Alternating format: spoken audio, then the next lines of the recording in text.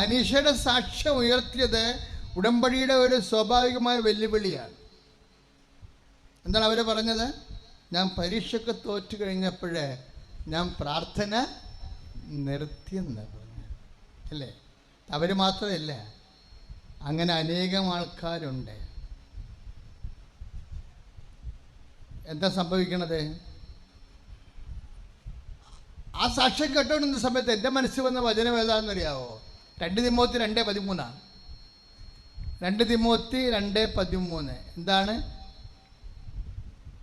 നമ്മൾ അവിശ്വസ്തനായിരിക്കുമ്പോഴും ദൈവം വിശ്വസ്തനായി തുടരുമെന്ന്. എന്തുകൊണ്ടാണ് ആ വചനം ബൈബിൾ എഴുതി ചേർത്തിരിക്കുന്നത്? Because there is possibility, there will be possibility. എന്തുകൊണ്ടാണ് പറഞ്ഞ വചനം? എന്താണ്? നമ്മൾ പറഞ്ഞേ, നമ്മൾ അവിശ്വസ്തനായിരിക്കുമ്പോഴും അവൻ വിശ്വസ്തനായി തുടരും. എന്തെന്നാൽ അവന് തന്നെ നിഷേധിക്കുവാൻ സാധിക്കുകയില്ല. നമ്മൾ ദൈവത്തോടെ ഉടമ്പടി ചെയ്തിരിക്കുന്നത്, നമ്മൾ അവിശ്വസ്തരായി ഇടയ്ക്ക് വെച്ച് പ്രാർത്ഥന നടത്താം, കാരുണ്യ പ്രവൃത്തി നടത്താം, വചന വായന നടത്താം. അപ്പോഴെല്ലാം 2 തിമോത്തി 2:13 പറയും, അവൻ വിശ്വസ്തനായി തന്നെ തുടരും. ഉടമ്പടി അവൻ തുറന്നുകൊണ്ടേയിരിക്കും. അതുകൊണ്ടാണ് അനീഷയ്ക്ക് സംഭവിച്ചത്. യൂട്യൂബിൽ പ്രാർത്ഥനയെല്ലാം നിർത്തിയ ഒരു കാലത്ത് കൃപാസനത്തിൻ്റെ ഇൻറ്റിമേഷൻ ചെന്ന് എന്താ ലൈവിൻ്റെ ഉടനെ തോണ്ടി മാറ്റിയെന്നല്ലേ പറഞ്ഞത്, അല്ലേ? തോണ്ടി മാറ്റിയിട്ട് കർത്താവ് വേറെ ഒരു തോണ്ടി വെച്ച് കൊടുത്ത് മര്യാദക്ക് എടുത്ത് നോക്കണിയെന്ന് പറഞ്ഞു. അപ്പോഴൊരു സാക്ഷ്യം കേട്ട്. എന്താ സാക്ഷ്യം? റീവാലുവേഷന് പോയൊരു സാക്ഷ്യം കേട്ട്. അപ്പോൾ പരിശുദ്ധാത്മാവ് തലക്കെട്ട് കൊണ്ടിട്ട് പറഞ്ഞ്, why can't you also give for revaluation? നിനക്ക് എന്തുകൊണ്ട് റീവാലുവേഷന് കൊടുക്കാൻ? ദാറ്റ് മീൻസ് എന്താ? അപ്പോഴും പരിശുദ്ധാത്മാവ് പ്രവർത്തിക്കുക. ഇവിടെ പ്രാർത്ഥന നിർത്തിക്കഴിഞ്ഞോ, അല്ലേ? ഉടമ്പടി ക്ലോസ് ചെയ്തപ്പോഴും പരിശുദ്ധാത്മാവ് പ്രവർത്തിച്ചു കൊണ്ടേയിരിക്കുന്നു. കൈയടിച്ചു കിടത്താണ് പരിശുദ്ധ പരമ ദിവ്യകാരുണ്യത്തിന് ആ ഭാഗമൊക്കെ വായിച്ചാൽ നമുക്ക് കണ്ണു നിറയും. എന്താ കാര്യം എന്നറിയാവോ? നമ്മൾ ദൈവത്തിനെ ഉപേക്ഷിച്ചു, ദൈവത്തിനുള്ള വിശ്വസ്തതയെ ഉപേക്ഷിച്ചു. അപ്പോഴും നമ്മളെ പുറകെ നടന്നുകൊണ്ട് നമ്മളെ തോണ്ടുകയാണ്. കാര്യം എന്താണ്? നമ്മൾ അവിശ്വസ്തരായിരിക്കുമ്പോഴും അവൻ വിശ്വസ്തനായിരിക്കും. കാരണം അവന് തന്നെ നിഷേധിക്കുവാൻ സാധ്യമല്ല. വിശ്വാസി അവിശ്വാസം കാണിക്കും, വിശ്വാസിക്കും അവിശ്വാസിക്കും. ബൈബിളിലെ ഒരു പ്രോസസ്സാണ് പറഞ്ഞിരിക്കുന്നത്.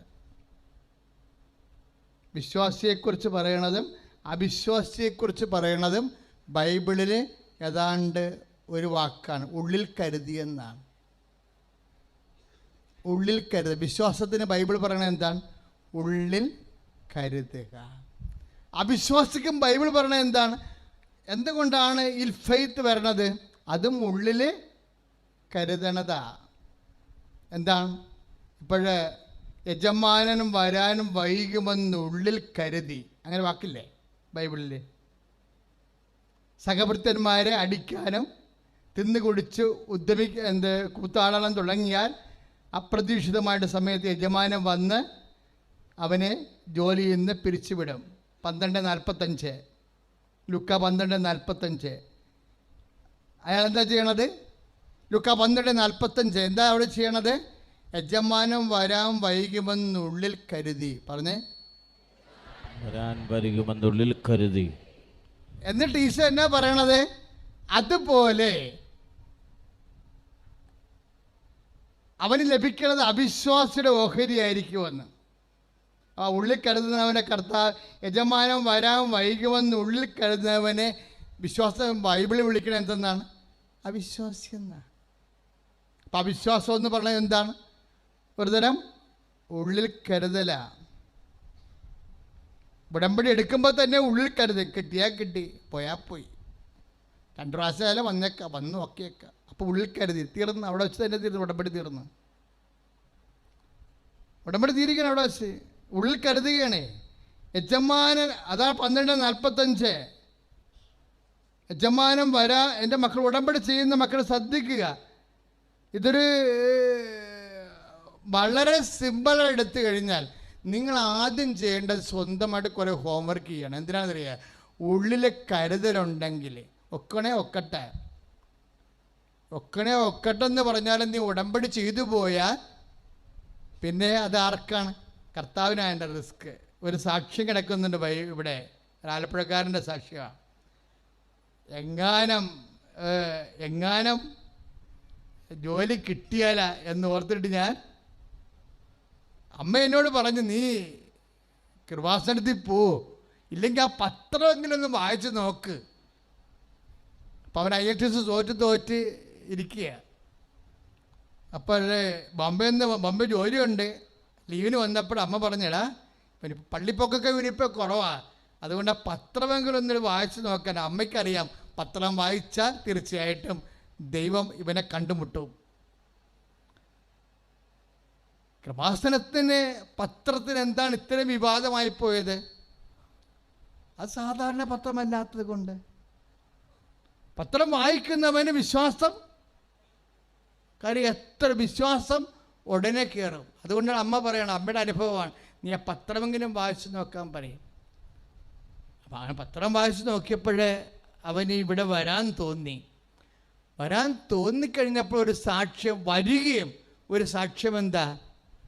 5 പ്രാവശ്യം IAS എഴുതി തോറ്റ ഒരു മോള് സാക്ഷ്യം പറയണതാണ് അവിടെ TV കിടക്കുന്നത്. അതെന്താണ്? ആ വ്യക്തിയോട് ദൈവം സംസാരിക്കുകയാണ്. അപ്പോൾ അങ്ങനെ ആ ഒരു ഉൾപ്പേരിനെ തോന്നി ആ മകന്. എന്താണ് തോന്നിയത്? എങ്ങാനും ഉടമ്പടി എടുത്തിട്ട് കിട്ടിയാലോ എന്ന് വിചാരിച്ചുകൊണ്ട് ഞാൻ ഉടമ്പടി ചെയ്തത്. എൻ്റെ ഹെഡിങ്ങും അങ്ങനെയാണ് കിടക്കുന്നത്. എങ്ങാനും ഉടമ്പടി എടുത്തിട്ട്, അത് ഭ്രാന്തന്മാരുടെ സിനിമ പോലെ ഇരിക്കും. എങ്ങാനും ബിരിയാണി ഗേറ്റിങ്ങ കൊടുക്കണമെന്ന് പറഞ്ഞുകൊണ്ടൊരു ഭ്രാന്തൻ പറഞ്ഞു. അപ്പം കണ്ടവരെല്ലാം ഓടി ഗേറ്റിങ്ങിലേക്ക്. അപ്പോൾ അവസാനം ഈ ഭ്രാന്തനും ഓടി. അങ്ങനെയല്ല സിനിമ പോണത്. അപ്പം നീ എന്താണ് ഓടിയത്? കള്ളത്തരം. ഞാൻ പറ്റിച്ചെന്ന് പറഞ്ഞുകൊണ്ട് ഞാൻ കള്ളത്തരം പറഞ്ഞെന്ന്. അപ്പം നീയല്ലേ കള്ളത്തരം പറഞ്ഞു, പിന്നെ നീ എന്തിനാണ് ഓടണത്? അപ്പം എന്താണ് പറയണത്? എങ്ങാനും കൊടുത്താൽ എന്ത് ചെയ്യും? അതുപോലെയാണ്, എങ്ങാനും കിട്ടിയാലോ എന്ന് വിചാരിച്ചുകൊണ്ട് ഒരു ഉടമ്പടി ചെയ്യും. പക്ഷെ ഉടമ്പടി ചെയ്യുമ്പോൾ എന്താ സംഭവിക്കുന്നത്? നമ്മൾ ഉടമ്പടി ചെയ്യണത് മനുഷ്യനോടല്ല. ആരോടെ ചെയ്യണത്? ദൈവത്തോടാണ്. അതാണ് 2 തിമോത്തി 2:13 പറയണത്. നീ അവിശ്വസ്തനായിരുന്നാലും അവൻ വിശ്വസ്തനായിരിക്കും. കാര്യം അവനെ തന്നെ നിഷേധിക്കാൻ അവന് പറ്റത്തില്ലല്ലോ എന്ന് കൈയടിച്ച് കർത്താവ് hallelujah hallelujah hallelujah hallelujah hallelujah hallelujah hallelujah hallelujah hallelujah hallelujah hallelujah. പരിശുദ്ധ പരമ ദിവ്യകാരുണ്യത്തിന് ആരാധനയും സ്തുതിയും പുകഴ്ചയും ഉണ്ടായിരിക്കട്ടെ. ആ രക്തസ്രാവക്കാര രോഗി എങ്ങനെയാണ് കർത്താവിൻ്റെ വസ്ത്രത്തെ സ്പർശിച്ചപ്പോഴേ ഉള്ളിലെ വിചാരിച്ചത്? മത്തായി ശ്രീഹാട സുവിശേഷത്തിലെ 9:21, മത്തായി 9:21, കർത്താവിൻ്റെ വസ്ത്രത്തിന് വിളിമ്പിൽ എങ്കിലും സ്പർശിച്ചാൽ താൻ സൗഖ്യപ്പെടുമെന്ന് അവൾ ഉള്ളിലെ കരുതിയിരുന്നു. Praise the Lord. അല്ലേ? അപ്പം നമ്മൾ അത് ഉള്ളിൽ കരുതുകയാണ്. വിശ്വാസം എന്ന് പറഞ്ഞത് എന്താണ്? അതും ഉള്ളിൽ കരുതുന്നതാണ്. അവിശ്വാസം എന്ന് പറയുന്നത് എന്താണ്? അതും ഉള്ളിൽ കരുതുന്നതാണ്. അല്ലേ? ആ കാര്യസ്ഥൻ എന്താ ചെയ്യണത്? യജമാനൻ വരാൻ വൈകുമെന്ന് ഉള്ളിൽ കരുതി. ലുക്ക 12:45, അവൻ്റെ വസ്ത്രത്തിലെങ്കിലും സ്പർശിച്ചാൽ താൻ സൗഖ്യപ്പെടുമെന്ന് അവൾ ഉള്ളിൽ കരുതി. മത്തായി ശ്ലീഹ 9:21, നിങ്ങൾ എങ്ങനെയാണ് ഉടമ്പടി ചെയ്തിരിക്കണമെന്ന് നിങ്ങളോട് ചോദിക്കണം. ഇതിൽ ആരുടെ പേരിലാണ്, ആരുടെ രീതി അനുസരിച്ചാണ് നിങ്ങൾ ഉടമ്പടി ചെയ്തിരിക്കുന്നത്? 2 ഉള്ളിൽ കരുതലാണ്. വിശ്വാസി ഉള്ളിൽ കരുതലാണ്, അവിശ്വാസി ഉള്ളിൽ കരുതലാണ്. നീ എങ്ങനെ ഉടമ്പടി ചെയ്തിരിക്കണത്? കിട്ടണേ എന്ന് വിചാരിച്ചുകൊണ്ടാണ് ഉടമ്പടി ചെയ്തിരിക്കുന്നത്. ഒരുത്തൻ്റെ ഉടമ്പടി ഇടയ്ക്ക് മുടങ്ങിപ്പോയി. അവൻ്റെ കല്യാണം ഒത്ത്. അപ്പം ഞാൻ പറഞ്ഞു നീ സാക്ഷ്യം പറയണം. അപ്പോൾ അവൻ പറയണേ ഞാൻ ഉടമ്പടി മുടങ്ങിപ്പോയില്ല. അപ്പോൾ ഉടമ്പടി മുടങ്ങിപ്പോയെങ്കിലും അവന് 10-30 വയസ്സുണ്ടെങ്കിലും അവൻ്റെ കല്യാണം കർത്താവ് നടത്തി. ഇപ്പം സാക്ഷ്യം പറയാൻ വന്നപ്പോഴാണ് അവൻ വിറക്കാൻ തുടങ്ങിയത്. അതാണ് അവിശ്വസ്തത എന്ന് പറയണത്. അതാണ് അവിശ്വസ്തത. ഇപ്പം എന്താ അവൻ പറയുന്ന പട്ടാങ്ങി എന്താ? ഞാൻ ഉടമ്പടി എടുത്തതാണ്, പക്ഷെ മുടങ്ങിപ്പോയി. അപ്പോൾ അവനെന്താ ചിന്തിക്കേണ്ടത്? അവൻ അവിശ്വസ്തനായിരിക്കുമ്പോഴും ദൈവം വിശ്വസ്തനായിരിക്കുന്നു, പക്ഷെ സാക്ഷ്യം പറയാൻ തയ്യാറല്ല. എന്താ കാര്യം? സാക്ഷ്യം പറയുമ്പോൾ അത് കർത്താവിനെ മഹത്വപ്പെടുത്തുന്നതാണ്. 10 മനുഷ്യരുടെ മുമ്പിൽ 30 വയസ്സുള്ളവന് കല്യാണം നടത്തുമെന്ന് പറഞ്ഞു കഴിഞ്ഞാൽ അത് സാക്ഷ്യം പറയാനുള്ള വിഷയമാണത്. സാക്ഷ്യം പറയാൻ തയ്യാറല്ലെങ്കിൽ ഹിസ് നോട്ട് എ ഫെയ്ത്ത്ഫുൾ, അവൻ വിശ്വാസിയല്ല. അവനെന്താ സമരാമുള്ളത്? ഇനിയൊരു വിഷയം വരുമ്പോൾ അവൻ്റെ പഴയ ചരിത്രം എടുക്കും കർത്താവ്. നീ അവിശ്വസ്തനായിരുന്നു. കാര്യം കണ്ടു കഴിഞ്ഞപ്പോൾ കർത്താവിനെ മഹത്വപ്പെടുത്താതെ അവൻ്റെ വഴിക്ക് പോയി. ദയവേദലെ എന്നെ ശ്രമിക്കുന്നവരെ, 10,000 മനുഷ്യരെ സാക്ഷ്യം പറയാൻ കർത്താവ് അവസരം കൊടുത്തിട്ട് സാക്ഷ്യം പറയാതെ സ്വന്തം കാര്യം കണ്ടപ്പോൾ സ്വന്തം വഴിക്ക് പോയിട്ടുണ്ട്. അതാരാണ്? അവൻ ഉള്ളിൽ കരുതുന്ന ആൾക്കാരാണ്. എന്തുള്ളിൽ കരുതണം? യജമാനം വരാൻ വൈകുമെന്ന് ഉള്ളിൽ കരുതുന്നു. വിശ്വാസത്താലല്ല എന്ന് എനിക്കിത് ദൈവം തന്നത് എന്ന് ഉള്ളിൽ കരുതുമ്പോൾ, അങ്ങനെ കരുതുന്നുണ്ടെങ്കിൽ കരുതുന്നവൻ്റെ അന്ത്യം വരെ അത് തന്നെയായിരിക്കും അവൻ്റെ ഓഹരി. അവിശ്വാസികളുടെ കൂടെ ആയിരിക്കും അവൻ്റെ ഓഹരി എന്ന് പറഞ്ഞു കഴിഞ്ഞാൽ കർത്താവിൻ്റെ വചനം പഠിക്കണത് കർത്താവിൻ്റെ സ്വഭാവം പഠിക്കാൻ വേണ്ടിയാണ്. കൈ അടിച്ച് കർത്താവ് ഹല്ലേലൂയ ഹല്ലേലൂയ ഹല്ലേലൂയ. കരങ്ങൾ ഉയർത്തിക്കൊണ്ട് സ്തുതിക്കട്ടെ. ഹല്ലേലൂയ. കർത്താവേ, ഞങ്ങൾ ഉടമ്പടിയിൽ സമർപ്പിച്ച വിവിധമായ നിയോഗങ്ങൾ, കിറാമുട്ടിയായ വിഷമതകൾ, ഞങ്ങളുടെ കുടുംബത്തിൻ്റെ ആവശ്യങ്ങൾ, ഞങ്ങളുടെ മക്കളുടെ ആകുലതകൾ, ഞങ്ങളുടെ സാമ്പത്തിക ഞെരുക്കങ്ങൾ കർത്താവേ വിശ്വസ്തയോടെ സമർപ്പിക്കുന്നു. ഞാൻ എറണാകുളത്തു നിന്നാണ് വരുന്നത്. ഞാൻ എൻ്റെ മകന് വേണ്ടിയിട്ടാണ് ഉടമ്പടി ആദ്യമായിട്ട് എടുക്കുന്നത്. ആളുടെ സ്വഭാവത്തിലൊക്കെ ഒരു ഇത്തിരി ഇതുണ്ടായിരുന്നു.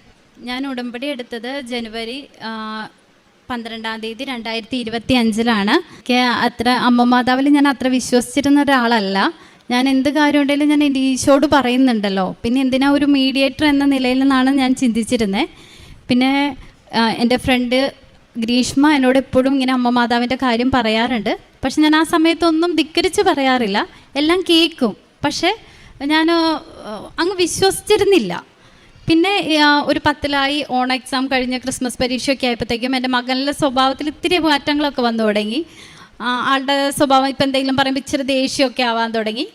അപ്പോൾ ആ സമയത്ത് എനിക്ക് ഭയങ്കര സങ്കടമായിരുന്നു. ഇവൻ എന്തെങ്കിലും ഒരു ചെറിയൊരു കാര്യത്തിന് പോലും നമ്മളോട് എന്തെങ്കിലും പറഞ്ഞാൽ എനിക്ക് ഭയങ്കര സങ്കടം, സഹിക്കാൻ പറ്റില്ലായിരുന്നു. പിന്നെ ക്രിസ്മസ് പരീക്ഷ കഴിഞ്ഞപ്പോഴും എല്ലാത്തിനും പാസ്സായെങ്കിലും നമ്മൾ 10th പ്രതീക്ഷിക്കുന്ന ഒരു മാർക്ക് കിട്ടില്ല എന്ന് എനിക്ക് തോന്നിയിരുന്നു. ആ സമയത്ത് എൻ്റെ അടുത്ത് ഗ്രീഷ്മ പറഞ്ഞു, നമുക്ക് ഉടമ്പടി എടുക്കാം, ഞാൻ എടുക്കുന്നതാണ്, നമുക്ക് പോകാമെന്ന് പറഞ്ഞു. പക്ഷേ പോകാമെന്ന് പറയുമെങ്കിലും എൻ്റെ ഉള്ളിൽ ഒരു വിധ തോന്നലായിരുന്നു, എനിക്ക് വിശ്വാസം ഇല്ല. പിന്നെ ഞാൻ ഉടമ്പടി എടുക്കണേ എന്തിനാ, എന്നെക്കൊണ്ട് പറ്റുമോ, ചെയ്യണ കാര്യം കൃത്യമായിട്ട് ചെയ്യാൻ പറ്റണ്ടേ. അപ്പം ഞാനിങ്ങനെ പ്രാർത്ഥിച്ച് എനിക്ക് അമ്മ മാതാവിൻ്റെ അടുത്ത് വരാനും ഉടമ്പടി സത്യസന്ധമായിട്ട് എടുക്കാനും മാതാവിൽ വിശ്വാസം ഉണ്ടെങ്കിൽ മാത്രം എന്നെ കൃപാസനത്തിലേക്ക് കൊണ്ടുവന്നാൽ മതി എന്നുള്ളത്. ശനിയാഴ്ച എൻ്റെ അടുത്ത് പറഞ്ഞു, നമുക്ക് ഞായറാഴ്ച പോകാം, എന്തായാലും ഉടമ്പടി എടുക്കാം എന്ന് പറഞ്ഞു ഗ്രീഷ്മ പറഞ്ഞു. അപ്പോൾ പിന്നെ ശരി അത്രയും പറഞ്ഞു. പക്ഷെ ഞാൻ കല്ലൂർ പള്ളി പോണ ആളാണ് ഞാൻ എപ്പോഴും. അപ്പം ഞാൻ പള്ളിയിൽ ചെന്നിട്ട് ഞാൻ അവിടെ മാതാവിൻ്റെ രൂപമുണ്ട്, അവിടെ ചെന്നിട്ട് ഞാൻ പറഞ്ഞു, എൻ്റെ മാതാവേ, എൻ്റെ കാര്യം നിനക്കറിയാം, എനിക്ക് വിശ്വാസം ഉണ്ടെങ്കിൽ, എനിക്ക് സത്യസന്ധമായിട്ട് ഉടമ്പടി ജീവിതം നയിക്കാൻ പറ്റുമെങ്കിൽ മാത്രമേ എന്നെ കൃപാസനത്തിലേക്ക് നീ എത്തിക്കാവുള്ളൂ, ഇല്ലെങ്കിൽ എന്നെ നീ അങ്ങോട്ടേക്ക് കൊണ്ടുപോകരുത്. അത് പറഞ്ഞ് ഞാൻ മെഴുകുതിരിയൊക്കെ കത്തിച്ച് ഞാൻ വീട്ടിലേക്ക് എത്തിയപ്പം വീട്ടിൽ ഞാൻ കയറാൻ തുടങ്ങിയപ്പോൾ തന്നെ എൻ്റെ അനീത്തി വിളിച്ചിട്ട് പറഞ്ഞു, അനീത്തിയുടെ കൊച്ചു വീണു, നെറ്റി മുറിഞ്ഞു, ക്യാഷ് ഉണ്ടെങ്കിൽ ഒന്ന് അയച്ചു തരാൻ പറഞ്ഞു. അപ്പം ഞാൻ എൻ്റെ ഹസ്ബൻഡിനോട് പറഞ്ഞു, പോവാൻ തീരുമാനിച്ചപ്പോൾ തന്നെ പ്രശ്നങ്ങളാണ്, അപ്പോൾ പോകണോ എന്ന് പറഞ്ഞു. അതും പറഞ്ഞ് വീടിൻ്റെ വാതിൽ തുറന്ന് ഇപ്പം ഇയാൾ ഫോണിൽ കളിച്ചുകൊണ്ടിരിക്കുക. സത്യം പറഞ്ഞാൽ ഇവൻ ഫോണിൽ കളിക്കണ കാണുമ്പം ചെകുത്താൻ കുരിശ് കാണുന്ന പോലെ എനിക്ക് ഇവൻ ഫോൺ എടുത്ത അപ്പം എനിക്ക് തുടങ്ങും. എനിക്ക് ദേഷ്യം എന്ന് വെച്ചാൽ കൺട്രോളില്ലാത്ത ദേഷ്യമാണ്. അപ്പം ഞാൻ ഇവനോട് പറഞ്ഞു, ഫോണിൽ കളിക്കാൻ പറ്റില്ല, ഫോൺ തരാൻ പറഞ്ഞപ്പം ഇവനും ആകെ മൂഡ് ഓഫായി. ഇവനൊരു സ്വഭാവത്തിൽ ഞാൻ പറഞ്ഞല്ലോ, ഇവനിൽ ഇത്തിരി ഇത് കാണിക്കാൻ തുടങ്ങി. അത് ആ വീട്ടിലെ സ്ഥിതി മൊത്തം മാറ്റി. അത്രയും ഹാപ്പി ആയിട്ട് വന്നപ്പോൾ പെട്ടെന്ന് വീട്ടിൻ്റെ അന്തരീക്ഷം മാറി. അത് കഴിഞ്ഞപ്പോൾ ഞാനങ്ങനെ ഇവനാ പറഞ്ഞതിൻ്റെ ബേസ് ചെയ്ത് കരഞ്ഞുകൊണ്ടിരുന്ന സമയത്ത് എന്നെ ഗ്രീഷ്മ വിളിച്ചിട്ട് എൻ്റെ അടുത്ത് പറഞ്ഞു, എന്താ പ്രശ്നം, നിനക്ക് എന്താ പറ്റിയേ? അപ്പോൾ ഞാൻ പറഞ്ഞു, ഞാൻ വന്നില്ലടോ, പോവാൻ തുടങ്ങിയപ്പോൾ തന്നെ പ്രശ്നങ്ങളാണ്, ഞാൻ വരുന്നില്ല എന്ന് പറഞ്ഞു. അപ്പം എൻ്റെ അടുത്ത് പറഞ്ഞു, ഇല്ലടി, ചിലർക്ക് ഇങ്ങനെ പോകാൻ തുടങ്ങുമ്പോൾ പ്രശ്നങ്ങൾ വരും, അത് കഴിഞ്ഞാൽ കുഴപ്പമുണ്ടല്ലോ, അതൊക്കെ ഒരു പരീക്ഷണമാണ്, ആ പരീക്ഷണം അതിജീവിക്കണം. നിനക്ക് അവിടെ എത്താൻ യോഗമുണ്ട്, അമ്മ നിന്നെ വിളിക്കുന്നുണ്ടെങ്കിൽ നീ അവിടെ എത്തിയിരിക്കും. നിനക്ക് പറ്റുമെന്നുണ്ടെങ്കിൽ, നിനക്ക് ദൈവത്തിൻ്റെ ഒരു അനുഗ്രഹം ഉണ്ടെങ്കിൽ നിനക്ക് അവിടെ ചെല്ലുമ്പോൾ അമ്മ മാതാവിനെ കിട്ടും, കയ്യിൽ കിട്ടും എന്ന് പറഞ്ഞ്. അപ്പോൾ ഞാൻ പറഞ്ഞു, ആ ശരി ഓക്കെ പറഞ്ഞ് ഫോൺ കട്ട് ചെയ്തു. പിന്നെയും വിളിക്കും, പിന്നെയും ഇത് തന്നെ പറയും. ഒരുവിധം ഫോൺ വെച്ച് ഞങ്ങൾ കിടന്ന്, സത്യം പറഞ്ഞാൽ ഞാൻ രാത്രി ഉറങ്ങിയിട്ടില്ല. എന്താ എങ്ങനെയാവും, ഇനി ഉടമ്പടി എടുത്താൽ എന്തെങ്കിലും പ്രശ്നങ്ങൾ വീണ്ടും വീണ്ടും വന്നുകൊണ്ടിരിക്കുമോ, ഇപ്പോൾ ഉടമ്പടി എടുത്തില്ലെങ്കിൽ വലിയ തട്ടുകേടില്ലാണ്ട് അങ്ങോട്ട് തട്ടിയും മുട്ടിയും അങ്ങ് പൊയ്ക്കോളൂലോ, ആ ഒരു മൈൻഡായിരുന്നു എനിക്ക്. അത് കഴിഞ്ഞ് രാവിലെ നേരം വെളുത്ത് ഒരു 4 മണിയായപ്പം ഗ്രീഷ്മയുടെ മോൻ അർജുൻ വിളിച്ച് എന്നോട് പറഞ്ഞു, ആൻറ്റി അച്ചോടെ അതിൽ ഫോണൊന്ന് കൊടുക്ക്. പറഞ്ഞു, എനിക്കടാ നമുക്ക് പോകണ്ടേ, കൃപാസനത്തിൽ പോകണ്ടേ. ഇവൻ പറഞ്ഞു, നീ പൊയ്ക്കോ. അപ്പോൾ അവൻ വീണ്ടും പറഞ്ഞു, നീ മര്യാദയ്ക്ക് എഴുന്നേക്ക്, നമുക്ക് പോകാം.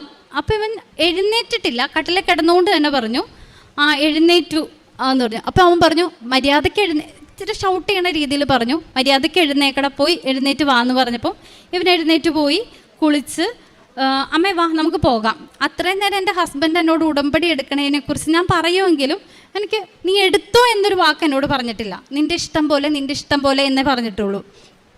പെട്ടെന്ന് എൻ്റെ ഹസ്ബൻഡ് എന്നോട് പറഞ്ഞു, ശരി നീ പോയി ഉടമ്പടി എടുത്തോ, ഒന്നും വരില്ല, നീ പൊയ്ക്കോ എന്ന് പറഞ്ഞു. ഞാനും പെട്ടെന്ന് എഴുന്നേറ്റ് ഞങ്ങൾ റെഡിയായി റെയിൽവേ സ്റ്റേഷനിലെത്തി, ഞങ്ങൾ പോന്നു. അപ്പോൾ ആ വന്നേൻ്റെ ഇടയ്ക്ക് എൻ്റെ അടുത്ത് ഗ്രീഷ്മ പറഞ്ഞു, സാരമില്ല എന്ത് പ്രശ്നത്തിനും, അപ്പം ഞാനൊക്കെ എന്ത് ചെയ്യണം, നീ ഒന്നും കൊണ്ടും പേടിക്കണ്ട, നീ വാ എന്ന് പറഞ്ഞ് ഞങ്ങളിവിടെ വന്ന് കഴിഞ്ഞപ്പോൾ തന്നെ എന്നോട് പറഞ്ഞു, പുതിയ ഉടമ്പടി എടുക്കാൻ നല്ല തിരക്കായിരിക്കും, അപ്പോൾ ക്ഷമയോടെ നിൽക്കണമെന്ന് പറഞ്ഞു. ഞങ്ങളിവിടെ വന്ന് ഒരു തിരക്കുമില്ല, ഒന്നുമില്ല. ചെന്ന വഴി അവിടെ ഒരു ചേച്ചി നിൽപ്പുണ്ടായിരുന്നു. ആ ചേച്ചിയുടെ അടുത്ത് ഗ്രീഷ്മ തന്നെയാണ് പറഞ്ഞു, എനിക്കൊന്നും അറിയില്ലായിരുന്നു. ഗ്രീഷ്മ തന്നെ പറഞ്ഞു, വാടോ ഇത് ആ ചേച്ചിയോടൊന്ന് ചോദിക്കാമെന്ന് പറഞ്ഞു. ആ ചേച്ചിയുടെ അടുത്ത് ചോദിച്ചപ്പോൾ ആ ചേച്ചി എൻ്റെ അടുത്ത് പറഞ്ഞു, ഉടമ്പടി എടുക്കാനല്ലേ, പുതിയതല്ലേ. അപ്പം തന്നെ ഒരു ടോക്കൺ എടുത്ത് തന്ന് ഇവളെന്നെ മേളിൽ കൊണ്ട് നിർത്തി. അപ്പം ഞാൻ ഇവനോട് പറഞ്ഞു, എൻ്റെ കൂടെ വന്നിരിക്കണം, അവിടെ എന്താ അച്ഛൻ പറയണേന്ന് കേൾക്കണം. അപ്പം എൻ്റെ മനസ്സിൽ മൊത്തം അച്ഛൻ വന്ന് സംസാരിക്കുമെന്നായിരുന്നു. അപ്പോൾ ഇത് കേട്ട് എല്ലാം കഴിഞ്ഞ് കഴിഞ്ഞ് ഞങ്ങൾ താഴെ ഇറങ്ങി വന്നു. ഞാൻ അങ്ങടേക്ക് പോയി. എനിക്ക് പെട്ടെന്ന് അവിടെ നിന്ന് പ്രാർത്ഥിച്ചപ്പോൾ പെട്ടെന്ന് എൻ്റെ മൈൻഡിൽ വന്നു, അമ്മയുടെ പ്രത്യക്ഷീകരണത്തിന് എന്നെ സാക്ഷിയാക്കണേ. അത് ഞാൻ ട്രെയിനിൽ വെച്ച് ഗ്രീഷ്മ എന്നെ ഇത് കാണിച്ച് തന്നപ്പോൾ ഞാൻ അതിൻ്റെ അതിന് ഒരു സ്ക്രീൻഷോട്ട് എടുത്ത് എൻ്റെ ഫോണിൽ സൂക്ഷിച്ചായിരുന്നു. അപ്പോൾ അതെൻ്റെ മൈൻഡിലുണ്ട്. എനിക്ക് പ്രത്യേകിച്ച് പ്രെയറൊന്നും അറിയത്തില്ല. ആകെ എനിക്കറിയാവുന്നത് സ്വർഗ്ഗസ്ഥനായ പിതാവും നന്മ നിറഞ്ഞ മറിയോ, അല്ലാണ്ട് ഒരു പ്രെയറും എനിക്കറിയില്ല. ഞാനത് മാത്രം എപ്പോഴും ഇങ്ങനെ ചൊല്ലിക്കൊണ്ടിരിക്കും. പക്ഷേ എനിക്ക് വേറൊരു പ്രാർത്ഥന അങ്ങനെയുള്ള ഒരു കാര്യവും എനിക്കറിയില്ല. അവിടെ നിന്നു, ആ ചേച്ചി ഇങ്ങനെ ഇത് തന്നു. അപ്പോഴും എന്നോട് പറഞ്ഞു, മോളോരനെ ഇതിന്ന് എടുത്തേ. ഞാൻ എടുത്തു, പക്ഷെ ഞാൻ തുറന്നു നോക്കണില്ല എന്നാണെന്നുള്ളത്, തിരിച്ച് നോക്കിയില്ല. എൻ്റെ അടുത്ത് നിന്നൊരു കൊച്ചിനോട് ചോദിച്ചു, ഇത് മോക്കെന്താ കിട്ടിയേ? മെഴുകുതിരി. അപ്പം അത് പറഞ്ഞു കഴിഞ്ഞപ്പോൾ ഞാനിങ്ങനെ പിടിച്ചുകൊണ്ട് നിൽക്കും, ഒന്നും ഒരു ബോധവും ഇല്ലാത്ത ഒരാളെ പോലെ. അപ്പോൾ പിന്നെ പെട്ടെന്ന് എന്നോട് ചോദിച്ചു, മോക്കെന്താ കിട്ടിയേ? അപ്പം ഞാൻ തിരിച്ചു കിട്ടും, മാതാവ്. എനിക്കറിയില്ല എന്താ, എല്ലാവരും മാതാവിനെ കൈ കിട്ടുമ്പോൾ സങ്കടം കൊണ്ടും സന്തോഷം കൊണ്ടും ഒക്കെ കരയണം ഞാൻ കണ്ടിട്ടുണ്ട്. പക്ഷേ എനിക്കൊരു ഫീലും ഇല്ലാണ്ട് ഞാൻ അങ്ങനെ മരം പോലെ നിന്നത്. അത് കഴിഞ്ഞ് മാതാവിനെ എൻ്റെ കൈ കിട്ടി, ഞാൻ പുറത്തേക്ക് ഇറങ്ങി വന്നു. അപ്പോൾ എൻ്റെ മനസ്സിൽ പെട്ടെന്ന് തോന്നി, ഗ്രീഷ്മ കണ്ടിട്ടില്ല എൻ്റെ കയ്യിൽ മാതാവിനെ കിട്ടിയത്. അപ്പോൾ അവൾ എവിടെയായിരിക്കും എൻ്റെ അമ്മ എന്ന് ചോദിച്ച് ഞാൻ തിരിഞ്ഞു നോക്കിയത് ഗ്രീഷ്മയുടെ നേരെയാണ്. അത് കഴിഞ്ഞപ്പോൾ ഞാൻ ഓർത്തു, എൻ്റെ മക്കൾ 2 പേരും കണ്ടില്ല, അർജുനും കണ്ടിട്ടില്ല, അജോയും കണ്ടിട്ടില്ല എൻ്റെ കയ്യിൽ മാതാവ് ഇരിക്കുക എന്നുള്ളത്. അപ്പോൾ ഞാൻ ഓർത്തു, എൻ്റെ മക്കളെയും കൂടി ഒന്ന് കാണിച്ചു തരണേ. അവിടെ നിന്ന് തിരിഞ്ഞിങ്ങ് വന്നപ്പോൾ ഇവർ 2 ആളും അവിടെ നിൽക്കുക. ഭയങ്കര സന്തോഷം, എനിക്കറിയാൻ പാടില്ല. പിന്നെ ഞങ്ങൾ ഇവിടെ വന്നിരുന്ന് കഴിഞ്ഞപ്പം എനിക്ക് 2 തവണ മുല്ലപ്പൂവിൻ്റെ സ്മെല്ല് ഫീൽ ചെയ്തു. പക്ഷേ ഞങ്ങൾ ഇങ്ങനെ നോക്കിയപ്പം ആ സൈഡിലിരുന്ന 2 ചേച്ചിമാരുടെ തലയിൽ മുല്ലപ്പൂ ഉണ്ട്. അപ്പോൾ എൻ്റെ മനസ്സ് മൊത്തം ആ മുല്ലപ്പൂവിൻ്റെയാണ്, അല്ലാതെ വേറൊന്നുമല്ല. പിന്നെ ഞങ്ങൾ ഓഫീസിലിരുന്ന സമയത്ത് എന്നോട് 2-3 പേര് പറഞ്ഞു, മാതാവിൻ്റെ ഫീലിങ്സാണ് ഈ മുല്ലപ്പൂവിൻ്റെ സ്മെല്ല് കിട്ടണേന്ന്. അപ്പം ഞാൻ അന്ന് വൈകുന്നേരം ഗ്രീഷ്മോടൊക്കെ ചോദിച്ചാൽ അവർക്ക് ആർക്കെങ്കിലും സ്മെല്ല് വന്നത്, ഇവരോട് ചോദിച്ചപ്പോൾ ഇവനും ഇല്ല, അർജുനോട് ചോദിച്ചപ്പോൾ അർജുനും പറഞ്ഞ. അപ്പം എനിക്ക് ഉറപ്പില്ലാത്ത കാരണം ഞാൻ ഇവരോട് പറഞ്ഞില്ല. പിന്നെ എനിക്ക് ഇവിടെ നിന്ന് പോയ ആ നിമിഷം മുതൽ എൻ്റെ കൂടെ മാതാവ് ഉണ്ടെന്നൊരു ഫീല് വരാൻ തുടങ്ങി. ഫീലെന്ന് വെച്ചിട്ടുണ്ടെങ്കിൽ, ഞാൻ വണ്ടി ഓടിക്കുന്ന സമയത്ത് ഏറ്റവും കൂടുതൽ സമയം എനിക്ക് ഫീൽ ചെയ്തേക്കണം. കാരണം നേരെ ഫ്രണ്ടിൽ വന്ന വണ്ടി എന്നെ ഇടിക്കും, ഉറപ്പത്. അതെങ്ങനെ മാറി, ഞാൻ മിററിൽ കൂടെ നോക്കുമ്പോൾ ആ വണ്ടി ബാക്കിലുണ്ടാവും എൻ്റെ. അതെങ്ങനെ സംഭവിക്കണമെന്ന് എനിക്കറിയില്ല. മാതാവ് ഈ നിമിഷം വരെ എൻ്റെ കൂടെ ഉണ്ടെന്ന് ഞാൻ പൂർണ്ണമായിട്ടും വിശ്വസിക്കുകയാണ്. പിന്നെ എൻ്റെ മോൻ്റെ എക്സാം സമയം, അവനിൽ ഞാൻ എപ്പോഴും പറഞ്ഞൊരു കാര്യമായിരുന്നു, എൻ്റെ ഈശോ എനിക്ക് ദാനമായിട്ട് തന്നത്, എനിക്ക് 2 മക്കളുണ്ട്, ഒരു പെൺകുട്ടിയും കൂടിയുണ്ട്. അപ്പം എൻ്റെ 2 മക്കളെ എനിക്ക് ദാനമായി തന്നതാണ്. അവരിൽ ഇപ്പം എനിക്ക് ഭയങ്കര ദേഷ്യമുള്ള ആളാണേ. ഞാൻ ഒന്ന് പറഞ്ഞ് രണ്ടാമത്തേന് ഞാൻ വീട് പൊളിച്ചു വയ്ക്കും. പക്ഷെ എൻ്റെ ദേഷ്യം അറിയാവുന്നത് എൻ്റെ ഹസ്ബൻഡിന്, എൻ്റെ മക്കൾക്ക്, എൻ്റെ അച്ഛനും അമ്മയ്ക്കും. പുറത്തേക്ക് ഞാൻ ആരുടെ അടുത്തൊരൊച്ചെടുക്കാനോ എന്ത് പറഞ്ഞാലും എല്ലാവരും എന്ത് പ്രശ്നം പറഞ്ഞാലും അതിൻ്റെ 2 സൈഡും പറഞ്ഞു കൊടുത്ത് ഭയങ്കര പെർഫെക്റ്റ് ആളാണ് ഞാൻ. പക്ഷെ എൻ്റെ തനി സ്വഭാവം എൻ്റെ വീട്ടിലുള്ളവർക്ക് മാത്രമേ അറിയത്തുള്ളൂ. പക്ഷേ ഈ ഉടമ്പടി എടുത്ത് ജീവിക്കാൻ തുടങ്ങിയ സമയം മുതൽ എനിക്ക് എന്ത് കാര്യം വന്നാലും ഞാൻ അപ്പം എൻ്റെ ഈശോയെ, എൻ്റെ അമ്മയെന്ന് വിളിച്ചാൽ ഞാൻ എന്ത് കാര്യം ഡീൽ ചെയ്യണേ. ആ സമയത്ത് എനിക്ക് എങ്ങനെയാണെന്നറിയില്ല, എനിക്ക് ദേഷ്യമില്ല, ഞാൻ വെറുതെ വഴക്കുണ്ടാക്കില്ല, ഒന്നും ചെയ്യില്ല. അല്ലെങ്കിൽ ഇത്തിരി കാര്യം കിട്ടാൻ ഞാൻ ഇങ്ങനെ നോക്കി നടക്കും, വേറെ എന്തിലും അതുമേ പിടിക്കാം, അതുമേ പറഞ്ഞ് എൻ്റെ ആ ദേഷ്യം മൊത്തം ഞാൻ തീർക്കും, അതുമേ തുടങ്ങി. പക്ഷെ അങ്ങനത്തെ ഒരു ഇത് എനിക്കിപ്പോൾ ഇല്ല. എപ്പോഴും അത് എൻ്റെ അമ്മ മാതാവ് കൂടെ ഉള്ളതുകൊണ്ട് മാത്രം എനിക്ക് വന്നേക്കുന്ന ഒരു വലിയൊരു അനുഗ്രഹമാണ്. ഞാൻ എൻ്റെ മക്കളോട് അടുത്തൊരു ദേഷ്യം, ഇപ്പം ഞാൻ എന്തെങ്കിലും ഒരു കാര്യം പറഞ്ഞാൽ പോലും ഞാൻ പറയുന്നത് അമ്മയ്ക്ക് തോന്നുന്നത് ഇത് ചെയ്തതാ ശരിയാവില്ല എന്നാ തോന്നുന്നത്. പക്ഷെ പണ്ടത്തെ എൻ്റെ സ്വഭാവത്തിന് അതായിരിക്കില്ല. പറ്റില്ല എന്ന് പറഞ്ഞാൽ പറ്റില്ല, അങ്ങനെയായിരിക്കും. ഇപ്പം ഞാൻ ചെയ്യുന്ന, മോനെ അമ്മയ്ക്ക് തോന്നുന്നു ഇത് ശരിയല്ല, ഇതിന് ഇന്നൊരു കാര്യമുണ്ട്, ഇതിനിപ്പുറത്ത് ഇങ്ങനെ ഒരു സൈഡുണ്ട്, നിനക്ക് തീരുമാനിക്കാം, എൻ്റെ ഇഷ്ടമാട്ടോ ഞാൻ പറഞ്ഞത്, അങ്ങനെ പറഞ്ഞാൽ ഞാൻ ഡീൽ ചെയ്യണേ. അതൊക്കെ ശരിക്കും പറഞ്ഞാൽ എന്നെക്കൊണ്ടൊന്നും ഒരിക്കലും നടക്കില്ലാത്ത കാര്യമാണ്. ഈ ഉടമ്പടി എടുത്തില്ലെങ്കിൽ എന്നെക്കൊണ്ട് നടക്കില്ല. ഞാൻ അമ്മ മാതാവിനെ അറിഞ്ഞില്ലെങ്കിൽ എൻ്റെ ജീവിതത്തിൽ നടക്കില്ലാത്തൊരു കാര്യം അത്. പിന്നെ അതുപോലെ തന്നെ എൻ്റെ മകനിൽ ദൈവവിശ്വാസം വളരണമെന്ന് എനിക്ക് ഭയങ്കര ആഗ്രഹമായിരുന്നു. ഒരു ഈശ്വരവിശ്വാസം ഉണ്ടായി, അവനിലൊരു പ്രേക്ഷിത പ്രവർത്തനങ്ങൾ ചെയ്ത് അങ്ങനെ ജീവിക്കണമെന്ന് എനിക്ക് ഭയങ്കര ആഗ്രഹം. എൻ്റെ ഹസ്ബൻഡാണേലും എൻ്റെ മക്കൾ 2 ആളാണേലും അങ്ങനെ ജീവിക്കണം, ദൈവത്തെ അറിഞ്ഞ് ജീവിക്കണം എന്നെനിക്ക് ഭയങ്കര ആഗ്രഹം. എനിക്ക് ദൈവ അനുഗ്രഹം കൊണ്ട് എൻ്റെ മോനിൽ ഇപ്പം അത് ഉണ്ടായി തുടങ്ങിയിട്ടുണ്ട്. കാരണം അവനിൽ ദൈവവിശ്വാസവും ദൈവസ്നേഹവും മറ്റുള്ളവരോട് കരുണയും എല്ലാം ഉണ്ടായിട്ടുണ്ട്. അവൻ്റെ കൂടെ മാതാവ് ഉണ്ടെന്നുള്ളതിൻ്റെ ഏറ്റവും വലിയ തെളിവാണ് ഞങ്ങളിപ്പോൾ ഇവിടെ നിൽക്കുന്നത് തന്നെ. അവനിൽ കുറേ ദേഷ്യം അങ്ങനെയുള്ള സ്വഭാവങ്ങളൊക്കെ ഉണ്ടായിരുന്നു, അതെല്ലാം മാറ്റിത്തന്ന് അവനൊരു പുതിയ ഒരു മകനാക്കി ദൈവം എനിക്ക് തന്നേക്കും. അവനെ നേരെ ചൊവ്വനെ വളർത്താൻ പറ്റാത്ത, ഞാൻ എപ്പോഴും അവനോട് ദേഷ്യപ്പെടുമായിരുന്നു, അവൻ്റെ ഫ്രണ്ട്ഷിപ്പ് അങ്ങനെയുള്ള കാര്യങ്ങളെല്ലാം പറഞ്ഞ്. പക്ഷേ അത് എൻ്റെ തെറ്റായി, എൻ്റെ ഒരു എന്താ പറയുക, എന്നിൽ ദൈവത്തിൻ്റെ ഇത് കുറഞ്ഞത് കൊണ്ടാണ് എനിക്ക് അവരെ നേരെ വളർത്താൻ പറ്റാത്തതെന്നാണ് ഞാൻ വിശ്വസിക്കണത് ഇപ്പോൾ. പക്ഷേ എന്നിൽ മാറ്റം വന്നു, അതുവഴി എൻ്റെ മകനിൽ മാറ്റം വന്നു, മകളിൽ മാറ്റം വന്നു, എൻ്റെ ഹസ്ബൻഡിൽ മാറ്റം വന്നു, എല്ലാവരിലും ഒരുപാട് മാറ്റം വന്നു. ഇപ്പം എൻ്റെ മോന് 95% മാർക്കോടുകൂടിയാണ് SLC എക്സാം പാസ്സായത്. ഒരിക്കലും അത് അവൻ്റെ കഴിവിലും ജയിച്ചതല്ല അവൻ. എൻ്റെ പേര് അജോ. ഞാൻ 10ലെ SSLC എക്സാം എഴുതിയിട്ട് റിസൾട്ട് വന്ന് പാസ്സായിരിക്കുക.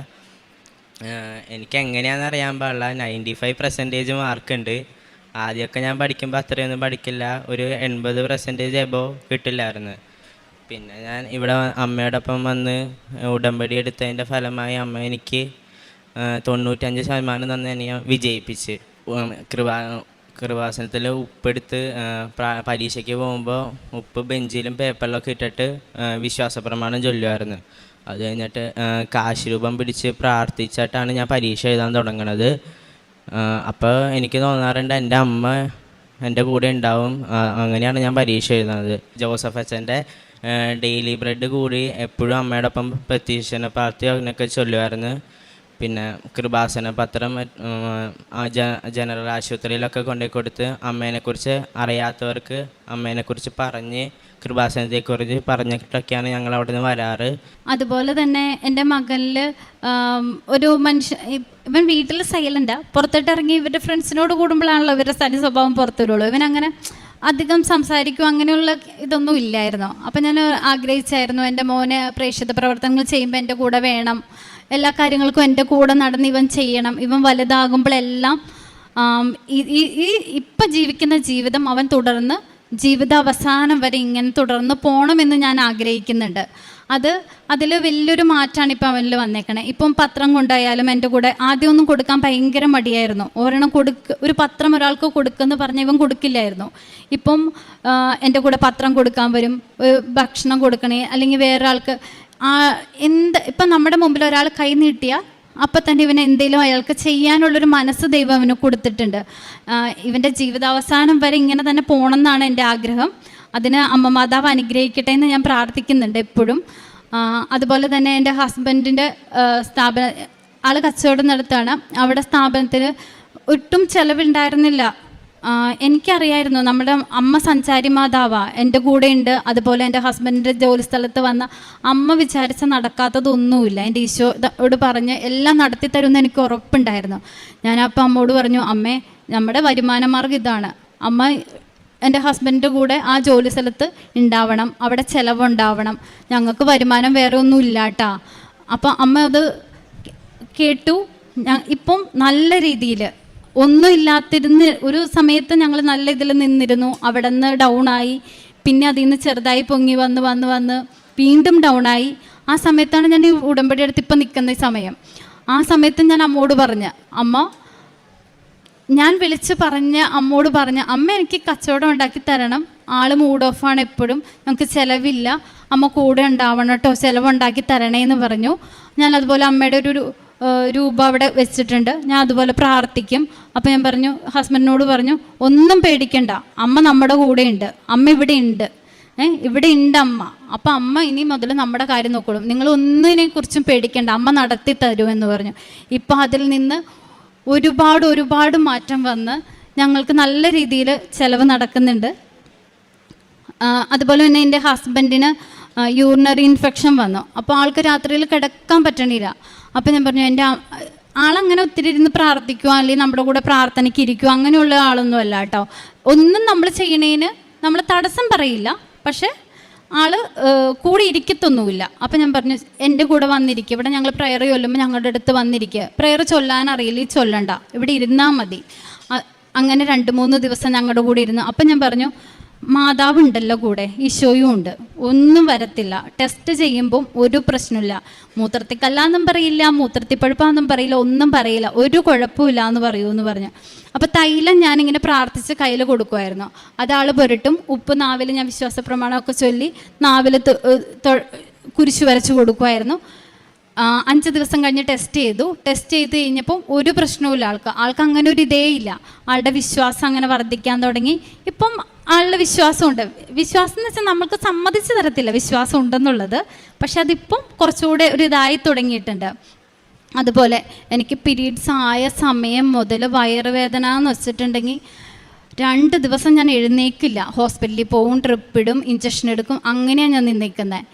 ഇപ്പം ഞാൻ ഉടമ്പടി എടുത്ത് 2 മാസം കഴിഞ്ഞപ്പം ഞാൻ പെയിൻ വന്ന സമയത്ത് തൈലെടുത്ത് വിശ്വാസപ്രമാണം ചൊല്ലി കുരിശു വരച്ച് പ്രാർത്ഥിച്ച്, എൻ്റെ അമ്മയെ ഞാനിതായ കാലം മുതൽ ഞാൻ അനുഭവിക്കുന്ന വയറുവേദനയാണ്, എനിക്കിനി പറ്റൂല, അമ്മ എനിക്ക് വയറുവേദന മാറ്റിത്തരണം എന്ന് പറഞ്ഞ് ഒരു അടുത്ത തവണ ആയപ്പം പീരീഡ്സ് ആയ സമയത്ത് എനിക്ക് വയറുവേദന എന്നൊരു കാര്യമില്ല. എനിക്ക് വയറുവേദന ഉണ്ടായിരുന്നോ എന്ന് തന്നെ എനിക്ക് അത്ഭുതമാണ്.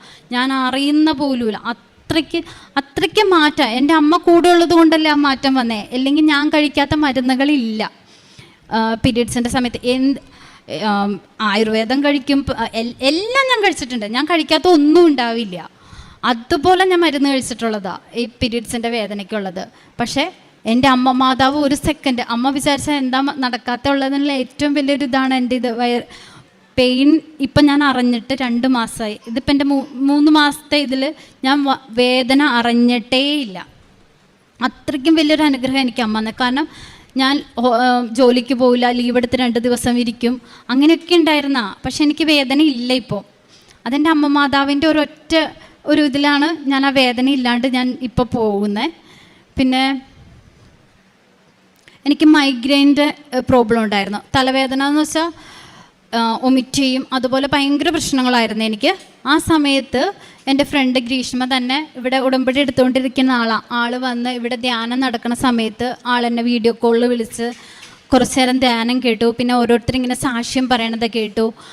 പിന്നെ എനിക്ക് തലവേദന ഞാൻ അങ്ങനെ അറിഞ്ഞിട്ടില്ല. പിന്നെ കുറേ കഴിഞ്ഞ് കഴിഞ്ഞപ്പോൾ എന്നോട് ഗ്രീഷ്മ തന്നെ ചോദിച്ചു, തൻ്റെ തലവേദന മാറിയോ? പക്ഷെ അപ്പോഴാണ് ഞാൻ ഓർക്കണേ, നേരാണല്ലോ, എനിക്ക് മൈഗ്രെയിൻ ഉണ്ടായിരുന്നല്ലേ.